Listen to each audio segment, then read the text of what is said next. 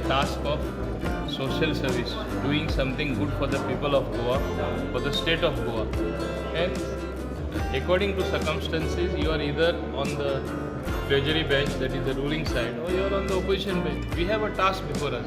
They realize it very well, and therefore there are no bitter feelings outside the house.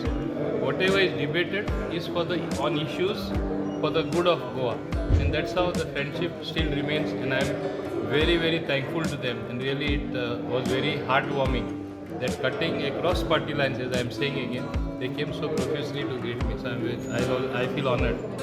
Wish you a happy birthday, sir. Yes, thank you.